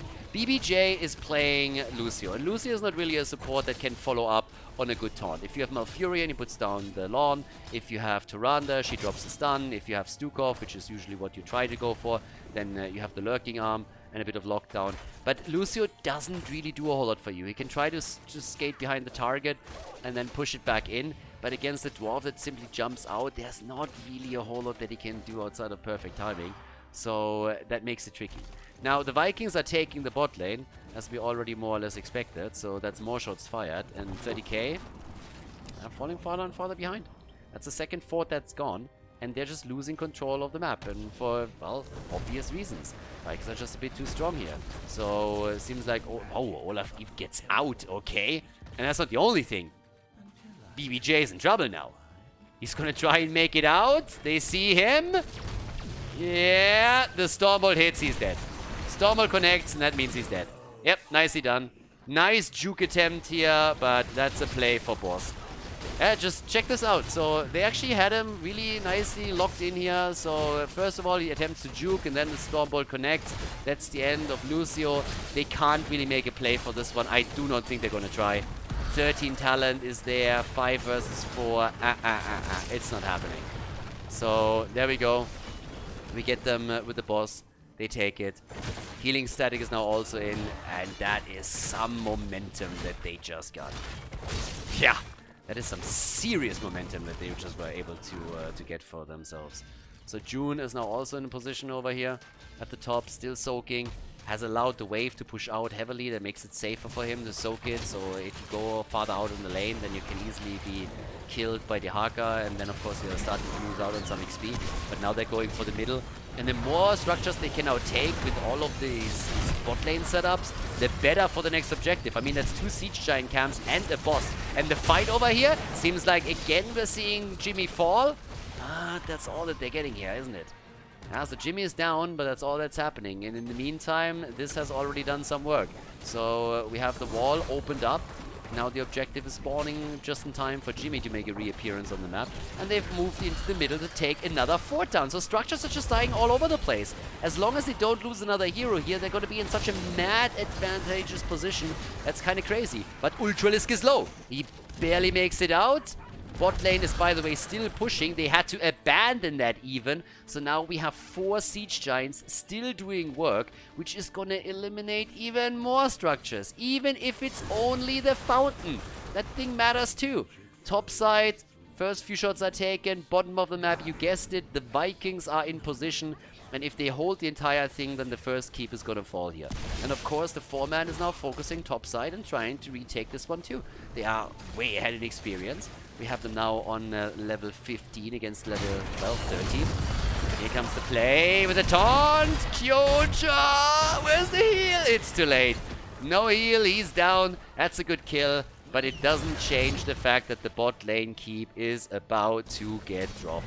The red team is doing what they can. They're trying to play the team fight game to get an advantage and then capitalize on it with kills and maybe some macro pressure. But they're just losing too much all over the place. Way too much. So yeah, they are just playing the globals now. And they even have more shots left that they can easily use to drop the entire wall in the middle. And at least the kill attempt against Ultralisk is successful, so that's already good. We got Olaf now with a Largen in charge, so that's a good stun that they have for potential team fights in the later stages of the game. The Haka finally gets some value at the top and can take, with the help of the shots, the fort down. The one in the middle is also going to fall. 1 down, 2 down, very likely. Mirror, well, can they save this one? Hello? Yeah. Okay. Fair enough, fair enough. They're able to save it. Eric's trying to come in with the ult. That one didn't really work out. Nope, that got interrupted. And bot lane is still there. Bot lane is still pressuring, and the keep is gone. You look at the minimap and you really know how difficult the position of 30k is. If they trade objectives at this point, they're of course going to lose the game as it continues. So that's a huge problem. Outside of that, what can they really do? I mean, boss is up in another minute and 40 seconds, so even that isn't an option right now, which is another problem. Top lane is going to be pressured by camps alone, so there is so much pressure on 30k that they eventually are going to have to throw a Hail Mary. And if the game goes on until the boss is back, I can already guarantee you that they're going to make a boss play. They have to. They're falling behind in experience, they're falling behind on all kinds. They need to force fights, they want to have the aggression, it's the only way for them to come back into this. And they go for Kyoja again. Jimmy is just having trouble this game. This is the 4th time that he dies. 4 kills against him alone. That is 66% of the kills that they got this game. Now, Vikings are still at the top. Vikings are still doing their thing and even pushing the middle out. June is sitting there right now. But doesn't change the fact that even more structures are going to fall now. Who's moving back? It's the Haka. He's again the one to move back. And he's going to hold it. But they're still losing some hit points, some structures, and that's all that you need to do here. They kill against Maiev though. I really gotta say that 30k is doing a decent job moving in with 1 kill after another now. They've taken Maiev down, now they're taking Jimmy down. So slowly but steadily they are starting to fight their way back into this just by the fact alone that they are able to get some kills. Now they have to take, on the other hand though, a little bit more than that. And there's still an experience lead for the Sidestep Kings. At the bottom, as you can tell, with another 10 seconds on the timer, we have the boss slowly coming back up. Nobody is threatening a level 20 talent yet. It's going to change soon too. They're still chasing some Vikings, and that means that Eric is eliminated. Can't go for the temple right now. Could go into. Everybody is, of course, waiting around the boss, and that's the problem that 30k has in the first place. They're sitting there, and they know fully well that they have to guard this now. If they don't guard it, it's going to get taken, and bot lane doesn't have a keep anymore. So it would go straight up for the core, and that allows the position towards the top now for the Sidestep Kings, as they're saying, you know what, we would like to have a few of these shots. Just give us a couple. Give us a couple of the shots. Bot lane, they still check out what's happening, and it seems like SSK is letting that one slide. Really? Alright. They let it go. They instead open the wall up even further thanks to the shots fired, so they're happy with the trade apparently. It's not a lot of shots that were left. That barely scratches the keep. Would allow Balog to push out the top lane now, of course. He has the wave clear on the Viking side. But how aggressive is 30k now with this boss? Do they see that as their last chance to really make an make a difference here? Or do they just try and get the keep? Like, how far are they pushing this? That's the bigger question. The level 20 is so close for the Sidestep Kings now that they should be able to get it for the defense of the core at the latest. Especially since they have Vikings pushing the mid lane and the top lane. Like, both of them get pressured. But the wall is open. Here's the play attempt. 20 isn't there yet. And of course, if Velo pushes the top lane out, it's going to threaten the keep on the side of 30k. There's the engage. Isolation is already out, but Mirrodin doesn't give a shit. There's the 20, and they're starting to try and make the play. And here comes Olaf. Large and in charge, baby. Gets stunned. Hazu is in trouble. Feigns his death once again, but he is going to fall here.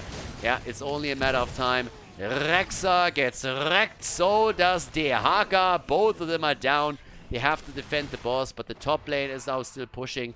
Red team should be able to defend this, but here comes the cavalry. The Sidestep Kings are on the move. They are a bit too late to take the Siege Giants away, which was, of course, the initial goal here. The core hasn't taken any damage, and at the top lane, not too much is happening there either. But, of course, the blue team is now trying to get value. They know they have a 5 versus 3 here. They need to get a little bit farther ahead, and with that, they are pushing through the middle. They're taking the structures down. They go first for the tower. They're trying for another kill, but Cattle misses the Stormbolt. The fountain is gone. The catapult is already on the keep itself, and they can make another key play just as the next temples are announced on the map, and those temples would potentially even end the game for them, especially if they can take the structure in the mid lane down. And indeed they can. The keep is gone. Vikings are already at the bottom of the map. We have another 5 seconds. They're taking position. This is a horrible, horrible spot for 30k to be in. The fight rages on. The shots are fired. Kiss the keep goodbye. Both temples under their control. Isolation. The contagion. It connects. And there is another kill against Kyoja, who has a horrible game on this hero right now. But it doesn't matter. The core gets attacked already, and they need to stop it somehow, and I just don't know how. Cattle, he's hopping away again, hits the Stormbolt. The core is already losing hit points, but they kill Mirrodin. Maybe they can do something here. Yeah, Hazorps is starting to retake at the bottom of the map.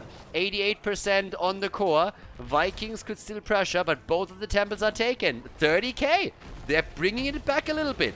They're trying their best here. There's a lot of structures that they still have to go through if they want to make a difference. The fight in the middle of the map over the temple is still ongoing. Height is low.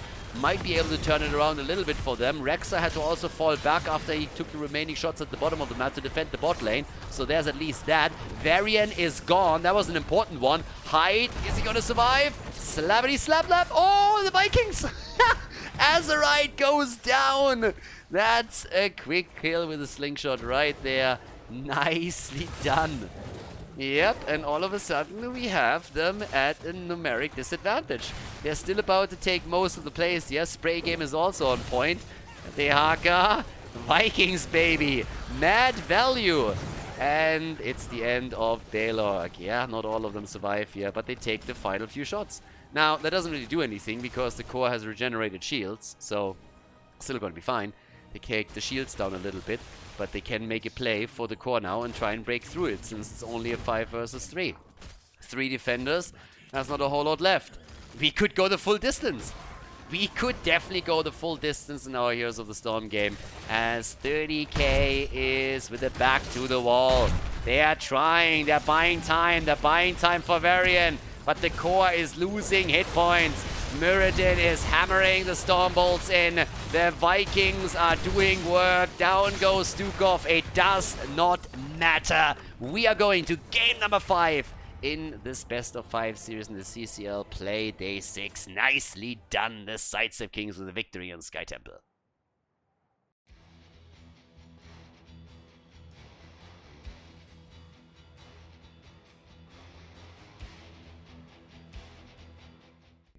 Game number 5, we're going to full distance. Another Heroes of the Storm match that ends on the final map. Which team takes the win today? It's a bit of a weird combo. I loved what they did on Sky Temple, but Battlefield of Eternity and a Viking composition? Okay. So June playing the Vikings again for the team. We got Ultralisk on Genji. We have Kyoja on Reyna. And well, Kyoja turned into Sia on the last map, so he plays Jimmy once again, but hopefully with better positioning this time. We have him on this game with Exterminator for the objective. We got Hyde on Stukov, Cattle on Garrosh, and on the right side of the map, 30k with BBJ on Brightwing, Fury on Varian, Liam on Urel, Azerite on Liming, and Hazu Ops on Deathwing. Now, I gotta admit that when it comes to compositions, I honestly like more what I see from 30k here. Jimmy is fantastic for the objective, but Li Ming is fantastic for those stalemate situations too. And she's also great to capitalize on any kind of move that Varian can make. Now, I would love a follow-up stun that we don't really have. I mean, I guess with Deathwing maybe to an extent, but it's not quite the same thing as having that Stukov on your side. And I think the draft just didn't really work out for them. Now, once again, the quick reminder, whenever you see, for all the people that are watching this on YouTube, whenever you see a game that I commentate without a draft, it means that I casted it from replays. Every time that there is an actual draft that I can commentate, I will include that in the video. So, yeah, I assume that Stukov was taken early, so that it couldn't be paired with Varian here. Either way, if you actually watch it on YouTube right now, make also sure that you hit the like button if you enjoy the coverage. It helps to promote the video a little bit, to grow the channel, and I'd really appreciate it. Also, I know that a lot of you guys are actually not subscribed to the channel. And if you haven't subbed to the channel yet, I can see those stats, then hit that sub button. We need to at some point at least break a little bit higher in that sub count. So yeah, and hit that bell notification of course too, to make sure that you don't miss out on any of the epic games. Another 5 mapper on the horizon maybe. And talking about epic plays, up at the top we have a really heavy pressure play. At the bottom of the map, it's only, I mean, it's pretty much only Eric that is doing work here. Olaf is now moving in to helping him out, but everybody else is focusing at the top. Playing more or less the same style that I highlighted earlier. Now the 4-1 rotation is normal on this map. The Vikings are just stressing this a bit more. But I love how Ultralisk is now also playing on Genji. He apparently has found his confidence again after he said that a lot of these ping, the ping-dependent heroes is not something that he wants to play on the NA server. He's now doing a lot more of that. So we'll see what he actually can do. Right now, there's a next quick attack as they're starting to go straight in for Lee. Oh, there's the kill. Seriously, what is happening with Kyoja right now? Kyoja is getting murdered on this hero. I think that he is definitely one of the players that is more effective than even the Europeans from the ping. And if you're doubting that at any point, then I would heavily recommend that you go into my YouTube playlist and check out the Korean tournament that I casted, where he played on his home server, and you'll see how the Korean players have some insane plays. And this just doesn't reflect what's happening here. So I think he's struggling more with that ping than a lot of others. But it's just nasty to see how he got murdered on the hero on the last map, and how in this game he also suffers pretty much the same consequences. In regards to builds, we have, by the way, spy games taken as on level 1. So that's something that I also didn't necessarily expect in regards to the build. But it's a little bit rough. The bot lane is already opened up, so you have lost out on your wall. If the objective gets taken, it's going to travel topside, therefore. But it opens up opportunities at the bottom lane for 30k already. And they are looking good now that they have the taunt on Varian. So there's that. But let's see. Here comes a quick play straight in for the Immortal. And up at the top, the blue team is trying to commit to it. But here comes the attack and the setup thanks to Varian, and Liming is taking the shots. And that's exactly what I said earlier. It's not only Liming, by the way. I mean, we're neglecting Hazob's a bit on Deathwing, but obviously the Molten Flame alone is already a huge problem to deal with when you're taunted into it. So Varian is just the player to set this up. And Fury, I gotta admit, ever since he joined the team, he had such a huge impact for them at the front line. The team is just running much, much smoother now that they have a reliable tank that they can base their plays on. And that's what they're doing here. So more attacks are coming. Jimmy, of course, is reigning supreme with the Exterminator right now, but it's still an even halftime show between the two teams. My only fear is that the Sidestep Kings are gonna suffer a lot of deaths once that the entire combo with Varian is really starting to pick up some steam. And yeah, there's already the attempt at the play. And Kyoja, he's... I have my own Kyoja. Last map was a disaster for him. And it didn't really start off too well into map number 2 either, so I think Fury is going to be looking for him whenever he can. Urel also trying to get the kills in. Ooh, Balog the Fierce, alright. Wave clear, they're really trying to pressure this with Vikings. It's a weird hero to take on the map. It's a bit of a weird hero. So, yeah, Balog goes down as Urel deals with it. And they're going again for Kyoja, and he nearly died. It's Cattle who saved him. Cattle saved Kyoja's ass here. Kyoja is struggling. And I think that really the Sidestep Kings are one of the teams that have special circumstances because they have players from 3 regions. The time difference alone is going to make it difficult for them to train as a unit. Here's the kill against Balog, but the Immortal is taken, and that's a push through the top lane that they can now use to, well, maybe take down the fort. We'll see, but I don't really think they can do that. Now, there's also this idea that a lot of people have, but they're always talking about Liming against Vikings, Calamity, reset potential, and that, well, it's an insta loss if you pick Vikings against Liming, and that's obviously bullshit. There's a lot of players that pick Liming as they pick Vikings even after Liming has already been chosen, because a good Vikings player with jump and everything can then avoid Liming getting reset after reset after reset. And once that level 16 is in, it's actually a little bit different, because then the large net charge allows the Vikings to chase Liming. But at this point, Liam isn't aiming for Vikings. He's saying, like, why the hell would I aim for Vikings? I got Kyoja there. He got a bullseye painted on his face pretty much 24/7. So I get that kill, I get a reset, then we go for Genji, we take him down too. Nice play here by Cattle, but I don't think that Fury is gonna go down because they open this wall up as well. And here we go, the play continues. 4 against 1, level 10 is nearly there, and this is just rough. Tons and tons of momentum for 30k now. They are nearly on level 10, they're level ahead here, and this is just nasty. Azerite's main problem is that he's running out of mana in these fights. So yeah, it is not easy. Now if the map opens up, then the Vikings might have more of an impact here than they currently do.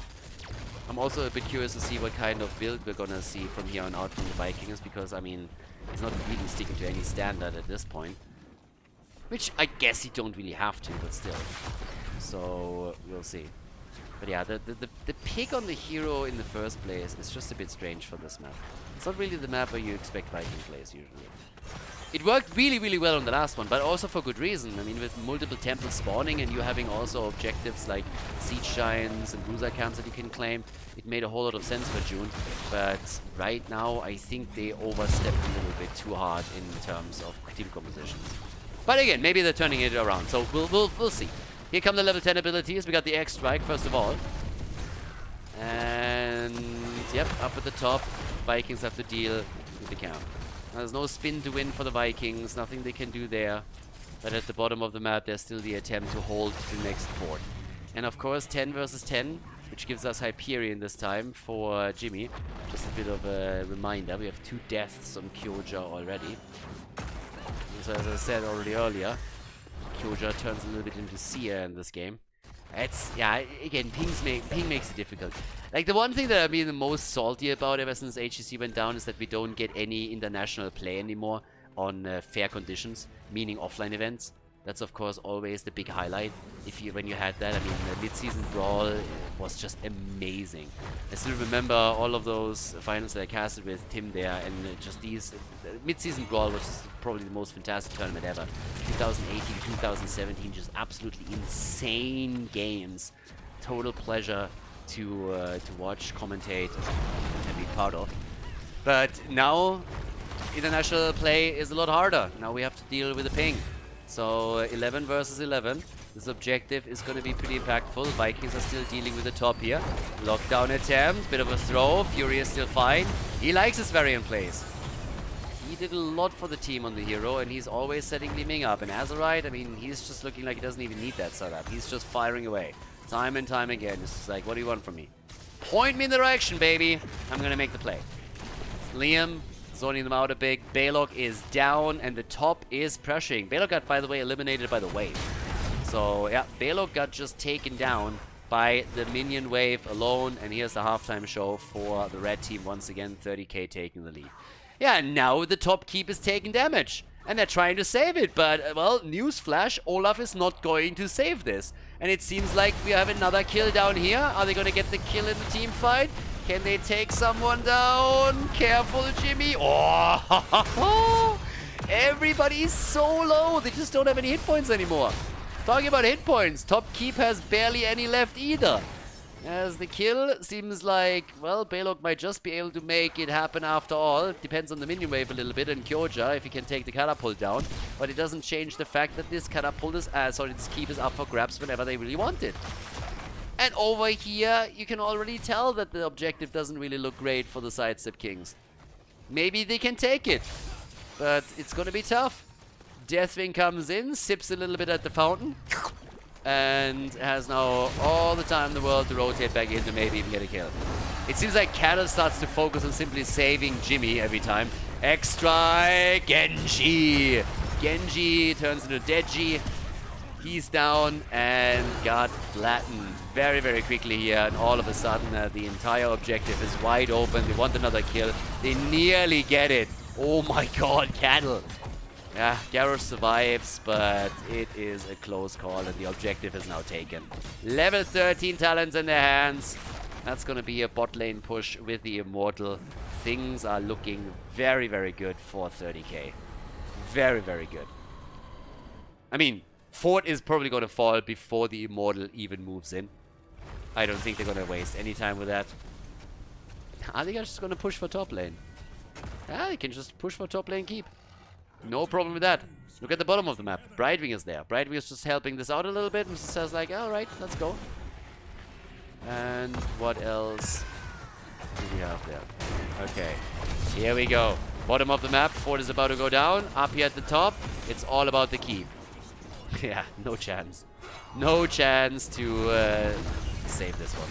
Nope, nope, nope, nope, nope.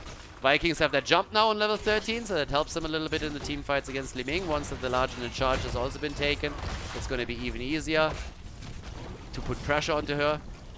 They are still not taking this. I am actually a bit amazed. Yeah, they're playing this out very, very slow. Are they saving that? Damn! With Deathwing being this slow, they actually save it. Slingshot Boy was trying to take the dragon down. That would have been hilarious. But, yep, they saved it. They actually saved the keep. Are you kidding me? Fury? What? Alright. And he's dead. What is happening? They only got the bottom fort. Nothing else. Early in the game, granted. So, not really massive scaling or anything. Wall has been damaged a little bit. But, holy hell, how did they pull that one off? Yeah, that is... I'm impressed. I'm really impressed. I didn't see that one coming. Not at all. So now we have a level lead. I mean, anybody that just moved in and just like spit on that keep would have taken it down. I would have sacrificed the fruit fly. Sacrifice Trashwing for a keep. I mean, hell yeah. BBJ would die for a good cause. He's a good boy. He's a team player. 15 and a half. We're double checking the bushes. Still not a single structure taken down on 30k side. And they nearly have level 16 now. way ahead. Way ahead in this. So yeah, it's time for the camps. Yeah, they're taking their camps again.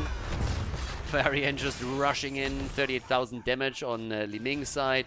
Varian is sitting on 22. We have Deathwing on 33.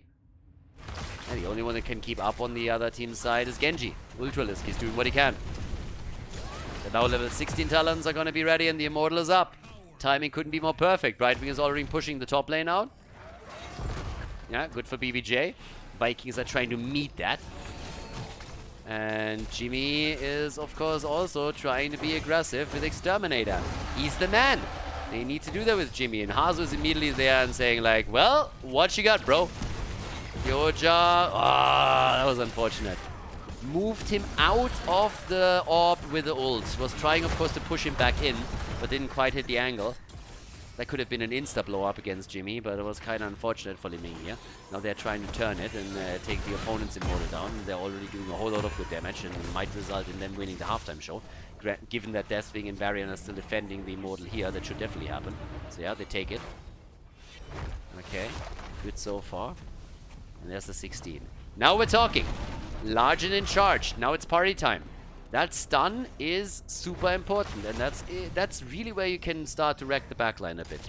So now they have an additional stun in their team setup, and we're gonna see those flank attempts from Olaf, which is super scary if you drop on any good target. Now they don't have the spin to win, so there's that.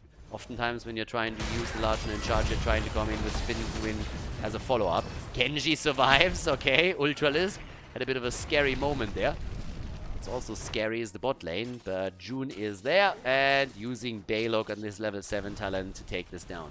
But there's still some poke happening from Hazorbs against the Immortal on the blue team side. Yeah, so they're playing this out as much as they can. Cattle again, looking for an opportunity. Liam, alright. Urel, oh, there it is. The kill against Kyoja.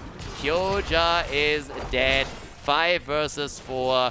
And Genji has been eliminated too. Uh-oh. Guys, it's bad news. A lot of bad news all of a sudden. No, Garrosh. No, Cattle. No, they're getting murdered. They're absolutely getting murdered. And now they're moving to the top. Now they're saying it's time for the keep and it's time for a game. Nobody is going to be able to stop them. Nope. That is it. That is it. There's just no chance anymore. The Vikings, they're not even trying. The Vikings aren't even trying. This game's over. They know it. Everybody knows it. 30k, they take it. Here comes Jimmy. He's trying to slow them down a little bit. Vikings are coming in. 50%. Well, they're killing Li Ming. Hello? No mana for Urel. Deathwing is dead. Wait a second. Wait a second. Brightwing. They're actually doing it, aren't they? Fury! Fury! Yeah, so much for there's no way. The 5-man team wipe. And they're going for it. Too early in the game. Death timers were a little bit too low and they just can't do it. They didn't have the mana. They didn't have enough mana. That was a big problem for a lot of the heroes here. The core is down to 8%. Oh my god.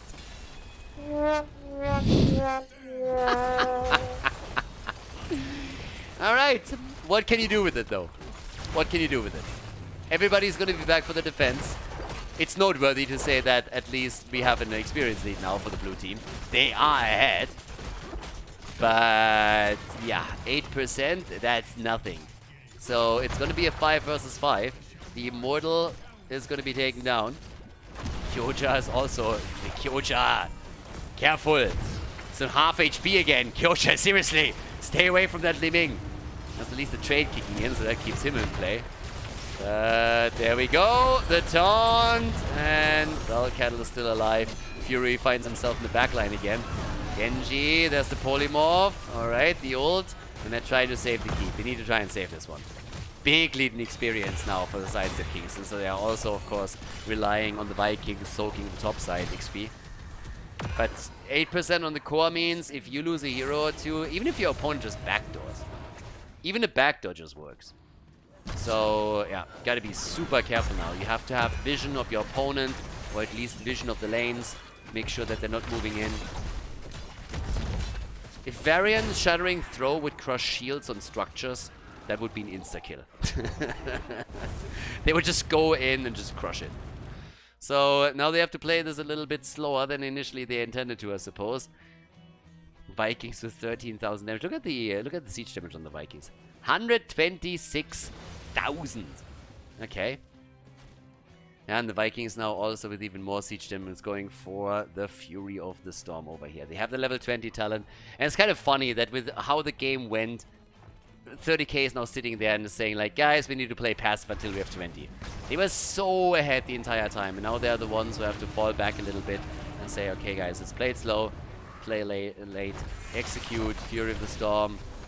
Yeah, and they're about to lock in their own level 20 talents. 3v Ford at the top, so Sidestep Kings through that one team wipe were able to get most of it. But of course, it does, again, the core is down to 8%, you can't change that fact. So no matter what, if you allow the opponent to get onto the core, the game's over. Can't really do that. Invisible Friends, that's the only friends that Brightwing will ever have. And we got the Repulsion plus the Seraphim. Yeah, it's showtime. This could be the last one. Very likely it's going to be the last one. I would be shocked if this isn't the last Immortal of the game. Spawns in 7 seconds. Team fight alone can already decide all of this. But yeah, game 5. Can you imagine losing here if you're 30k when you're this far ahead just because you overextended a bit at the core and didn't realize that you could still bring it back? So yeah, that would be insane. Sidestep Kings, of course, they're smelling blood in the water. They're realizing that they just bought themselves another chance to maybe take it. So the poke is slowly starting, and this is where the Vikings start to get a bit nasty too. They can push the lanes out, they can save some of the lanes, especially top lane plays. And let's go. Come on, baby. Bottom of the map. Yeah! Look at that. Minimap. June is sitting there, he's pushing this out. They're gonna get the keep if this continues. Bit of pressure is there, making it toasty. Hazorbs. Eric is down. Nobody cares about Eric. He's a redhead. BBJ. Let's go. Yeah, you gotta be careful now. All of a sudden, everybody is showing a lot of respect for each other. Eric is gonna be back soon again too. If they pop the ult, for example, so there's that. But Brightwing is keeping to the bot lane and holding onto it. Using their own global now. There's a double catapult at the top, so the Vikings will eventually have to deal with that, or it could really threaten the core. I mean, they could lose the game because of it. If you get a catapult or two at the core right now, that's going to end the game. Way too quickly. And Olaf down? Yeah, I mean, assume that Eric is going to move towards the top and stop that push. But here comes the fight. Careful, Kyoja. Tries to drop the Hyperion already. X-Strike, and Azerite survives. He moves out, Brightwing is there. They are able to save it. But now they're turning it towards the objective. They're going for the Immortal and execute. That is, of course, huge right now. Plus Exterminator, of course. Both of those talent. Really doing work for Jimmy when it comes to auto attack damage now.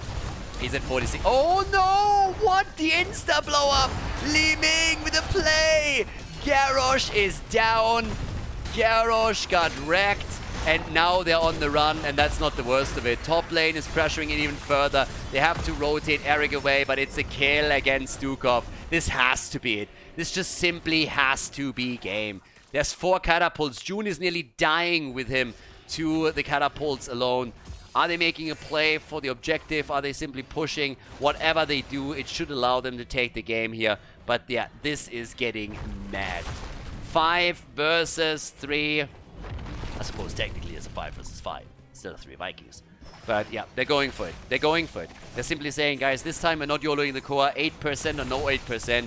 We don't care. We're going to take the objective, and then we're going to take it with the Immortal. They won't be able to stop us one way or another. Play this safe. We need this win. We need this win for the playoffs. Get as far ahead in the standings as we possibly can. 30k. They take the camp at the bottom of the map. They steal it away. They take their own camp. They take them. The Shaman camps. And now they have the objective at the bottom of the map too. This is going to be the death push. They're going to go for it. Yeah. There's no chance. I mean, okay, well, I said it before. So maybe there is one.